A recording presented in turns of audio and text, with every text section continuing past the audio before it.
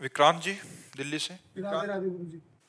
राधे राधे महाराज जी। महाराज जी, यदि किसी फील्ड में हम प्रसिद्धि पाना चाहते हैं तो उसमें बार बार विफल होते हैं तो उसे छोड़ देना चाहिए या अंतिम समय तक उस कार्य को करते रहना चाहिए? नाम जप करो, आराधना करो, और क्योंकि पूर्व प्रारब्ध विफलता ला रहा है तो नवीन क्रियमाण इतना जोर हो जाए कि उस प्रारब्ध को दबा दे तो आप विजय को प्राप्त हो जाएंगे। तो नाम जप करो भगवान का, जो नाम प्रिय हो खूब नाम जप करो और ये भावना करो कि इस फील्ड पर हम विजय प्राप्त कर लें तो हो जाएगा। गुरु जी जब से आपको देखा है, जब से राधा राधे ही जप रहे। हाँ, तो आप देखना राधा राधा का कमाल देखना। हाँ, श्याम सुंदर अधीन हो जाते हैं राधा नाम से, तो फिर और कोई कामना की पूर्ति।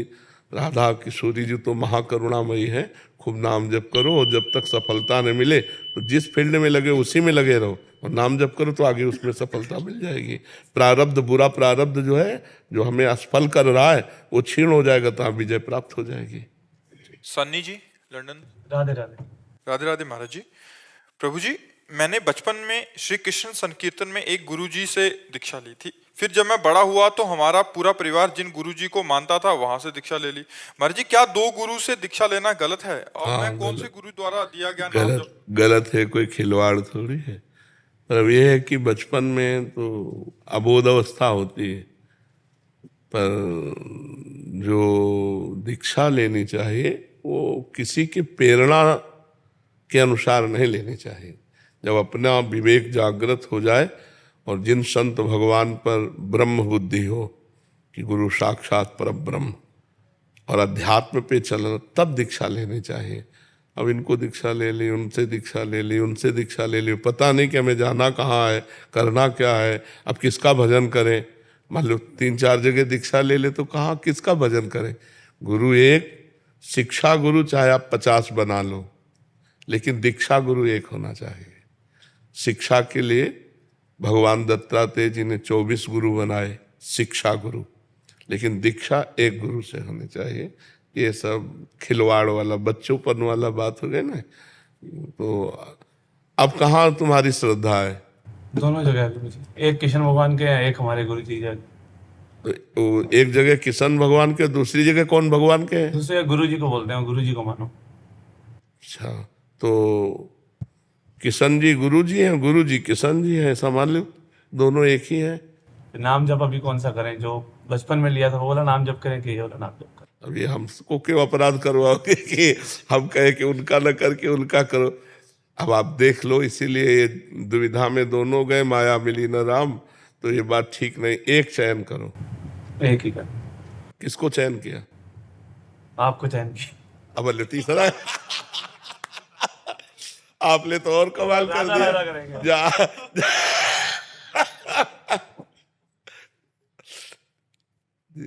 कुमारी कोमल जी उत्तराखंड।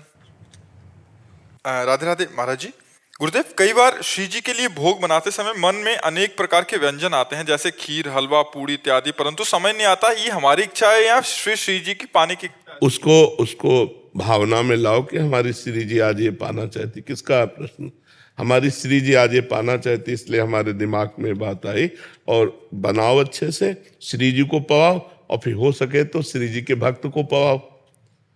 और अगर स्वयं पाना हो तो थोड़ा किनका ले लो, फिर गौ और अन्य जीवों को बांट दो। अच्छे अच्छे पदार्थ स्वयं नहीं पाने चाहिए, उनको बांटना चाहिए। जो श्री जी को अच्छे अच्छे पदार्थ भोग लगावे तो उसको बांट कर पाना चाहिए, अकेले नहीं पाना चाहिए। स्वयं अगर स्वयं रोज हलवा पूड़ी पाओगे तो बीमार भी हो जाओगे। तो अच्छे अच्छे पदार्थ जो भावना में आए, अपने पास अर्थव्यवस्था है तो थोड़ा थोड़ा भोग बना के, नहीं तो हमें लगता है रोटी सब्जी दाल रख दो, थोड़ा मीठा रख दो, और इसके बाद भावना में पवाओ। भावना में अमुक हलवा बनाया, अमुक हलवा बनाया, अमुक रायता बनाया, अमुक कढ़ी बनाए, ये और विविध पदार्थ भावना में पवाए और भावना में पा लो प्रसाद, तो कोई परेशानी भी नहीं है। भावना सबसे ज्यादा श्रेष्ठ रहती। पदार्थ हम कहाँ तक लाएंगे?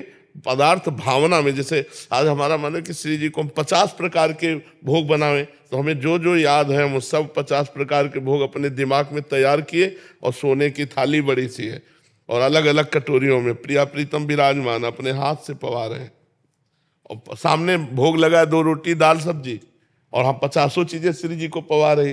तो भावना में पवा दिया करो, और जो प्रगट में हो सुविधा हो तो प्रगट में भोग लगा दिया करो, और भोग लगा के बांट दिया करो। क्योंकि स्वयं अच्छे अच्छे पदार्थ पाएंगे तो भजन नहीं बन पाएगा। स्वामी हरदास जी के लिए आता, उत्तम भोग लगाए मोर मरकट को सेवें। उत्तम भोग लगाते थे अच्छे अच्छे पदार्थों का, लेकिन वृंदावन के ब्रजवासी मोर मरकट ब्रजवासी जन इनको पवाते थे। करमवीर जी आगरा से। महाराज जी राधे राधे। गुरुदेव, क्या निकुंज में सभी को श्री जी का बराबर प्रेम मिलता है, या वहां भी जिसकी जो सेवा या भाव ज्यादा अच्छे से बराबर होता है? प्रेम में कमी नहीं, सबको श्री जी का बराबर दुलार मिलता, नहीं कोई जीवित ही ना रह पावे। अगर ऐसा लगे कि हमें श्री जी कम चाहते हैं तो कैसे जी पाएंगे? बराबर वैसे ही प्यार सबको, पर्सनल। श्री जी सबकी पर्सनल है। हाँ, श्री जी पर्सनल है, सबकी पर्सनल। मतलब जैसे को लगता है ना श्री जी केवल मेरी है, तो ऐसे अनुभव आएगा कि श्री जी केवल मेरी है। अब दूसरा पान पवा रहा है तो उस समय आप इतने तन्मय है कि वो पान आप ही पवा रहे हैं श्री जी को, हर सेवा आपके द्वारा हो रही। पर वो वहां पहुंचने पर पता चलेगा, क्योंकि ये सब चिदानंदमय बात है, प्राकृतिक शब्दों से उसका वर्णन किया ही नहीं जा सकता। जो सहचरी भाव के द्वारा प्रिया प्रीतम की सेवा है वो चिदानंदमयी सेवा है, और चिदानंद में द्वैत नहीं होता। प्रेम गलियति साकरिता में दोनों समाये, उसमें द्वैत नहीं होता, उसमें तदात्म होता है। जैसे गोपीजन कह रहे कान भय प्राण में, प्राण भय कान में, ही में न जान पर कान है कि प्राण है, वो बात हो जाती है। अक्षी जी। राधा वल्लभ श्री हरिवंश। श्री हरिवंश महाराज जी। गुरुदेव, आपके चरणों में कोटि कोटि प्रणाम। गुरुदेव, मेरे शरीर का भाई अपने कर्मों के फल से शारीरिक व मानसिक रूप से अस्वस्थ है, जिस कारण वो माता पिता से ऐसा व्यवहार कर देता है कभी कभी जब जो माता पिता के करने योग्य नहीं है। क्या उसको इसका फल भोगना पड़ेगा, क्योंकि वो तो अनजाने में करता है महाराज जी? हाँ, अब जैसे पागल आदमी तो उसको तो दंड नहीं मिलेगा, क्योंकि उसको तो दंड स्वतः मिल ही रहा है। उसकी बुद्धि अपवित्र है, अब अपवित्र पागल बुद्धि जैसे, इसीलिए कानून भी पागल के साथ बर्ताव। अगर साबित हो गया रिपोर्ट में कि पागल है तो उसे सजा देने के लिए उसमें मुरव्वत होती है कि आखिर विक्षिप्त है, पागल है, वो कुछ भी कर सकता है। तो पशुवत आचरण स्वाभाविक हो रहा है, वो कोई संकल्प करके थोड़ी कर रहा है, उसकी कोई निर्णय पूर्वक थोड़ी क्रिया है, वो तो एक स्वाभाविक क्रिया है। तो मुझे तो लगता है कि उसके द्वारा किया हुआ कर्म जो है वो विकर्म ही माना जाएगा, अकर्म में ही जाएगा, वो फल देने में समर्थ नहीं हो पाएगा। गुरुदेव, लेकिन ना उसे पश्चाताप भी होता है कि अगर मैं ये क्रिया कर देता हूँ तो उसे तो मान लो पागल अवस्था उन्माद अवस्था में कर गया, बुद्धि शांत हुई तो पश्चाताप हो रहा है, लेकिन वो रहेगा उन्माद वाली बात ही में। जैसे उन्माद में किसी कुछ हो गया पागलपन में, तो बाद में उसको पश्चाताप हो रहा है, तो बाद में अगर बुद्धि काम कर रही तो पश्चाताप हो रहा है ना, इसलिए उसको दंड नहीं मिलेगा। गरिमा जी। राधे राधे। राधे राधे महाराज जी। महाराज जी, मुझसे बहुत बड़ा पाप हो गया है। गुरु मंत्र मिलने पर भी उसे ना जपा। संसार में बड़ा मन लगता था, जब से माता पिता गुजरे तब से मन उचाट हो गया। आपका सत्संग सुनने से उत्साह हुआ कि मुझे नाम जप करना जरूरी था। अभी महाराज जी अब जितनी श्वासें बची हैं उतना जप लो, जितना जीवन बचा है अब सुधार लो। अब लो नसानी अब ना नशे हो। जितना समय बचा है ये भगवत प्राप्ति कराने में समर्थ है। खड़वांग जी को जब पता चला कि 2 घड़ी 48 मिनट, तो उन्होंने 2 घड़ी में परमात्मा प्राप्ति कर ली। 48 मिनट में अपने इंद्रियों को समाहित करके भगवान में लगा के भगवान की प्राप्ति कर ली। तो हमारा जितना भी सेकंड बचा है, हर सेकंड राधा राधा राधा, तो हमें निश्चित भगवत प्राप्ति हो जाएगी। मीनाक्षी जी मैनपुरी से। राधे राधे।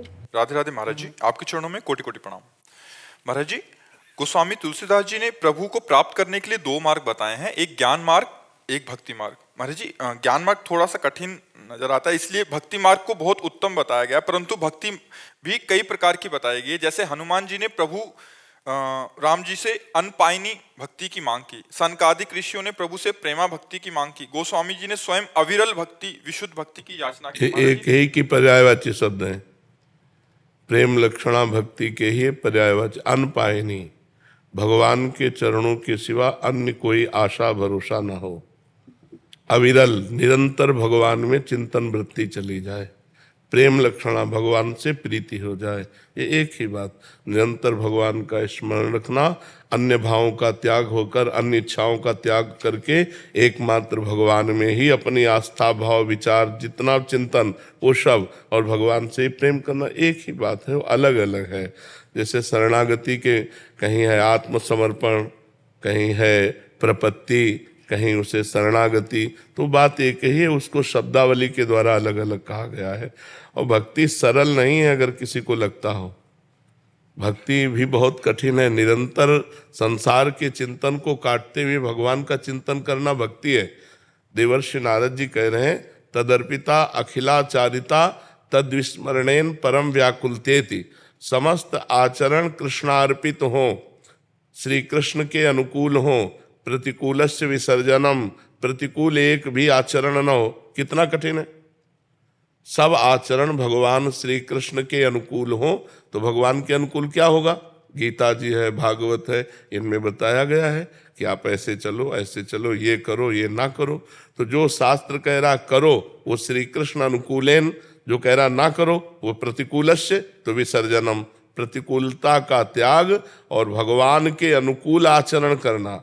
भगवान के अनुकूल, अपने मन के अनुकूल नहीं, अपनी वासनाओं के अनुकूल नहीं, श्री कृष्ण अनुकूलेन, प्रतिकूलस्य विसर्जनम, प्रभु के प्रतिकूल आचरण है। प्रभु का तस्मात् शास्त्रम प्रमाणम ते कार्याकार्यो व्यवस्थितो, क्या करना चाहिए क्या नहीं करना चाहिए ये शास्त्र आज्ञा करता है।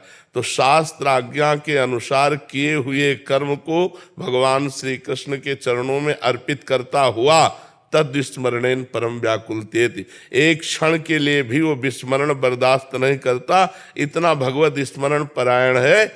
अन्य कामना शून्य, अन्याभिलाषिता शून्य, कोई भी अन्य अभिलाषा ना हो, केवल श्री कृष्ण मिलन की, श्री कृष्ण प्रेम की अभिलाषा हो, बस इसी का नाम प्रेम लक्षणा भक्ति है। कोई भी आचरण प्रभु के प्रतिकूल न हो, एक भी वृत्ति श्री कृष्ण से विमुख न हो, कोई अन्य चाह न हो, अन्य आशा भरोसा न हो, इसी का नाम भगवान की निरपेक्ष भक्ति है, अनपायनी भक्ति है। शरणागति हुई कि इस भक्ति के लक्षण आने लगेंगे। पहले शरणागति पुष्ट करो, खूब भगवान की लीला कथा सुनो, खूब भगवान की लीला कथा गाओ, खूब नाम कीर्तन करो, खूब नाम जप करो, दूसरे में भगवान की भावना करके सेवा करो, तब ये साधन भक्ति के द्वारा प्रेम लक्षणा भक्ति का प्रादुर्भाव होता है। जी। राजेंद्र कुमार शुक्ला जी, रायपुर छत्तीसगढ़ से। राधा वल्लभ श्री हरिवंश महाराज जी, आपके चरणों में कोटि कोटि प्रणाम। महाराज जी, अपने शरीर और संसार के प्रति आसक्ति है जो प्रयास करने के बावजूद भी कम होने का नाम नहीं ले रही। महाराज जी, ऐसे में कैसे इसके प्रति राग द्वेष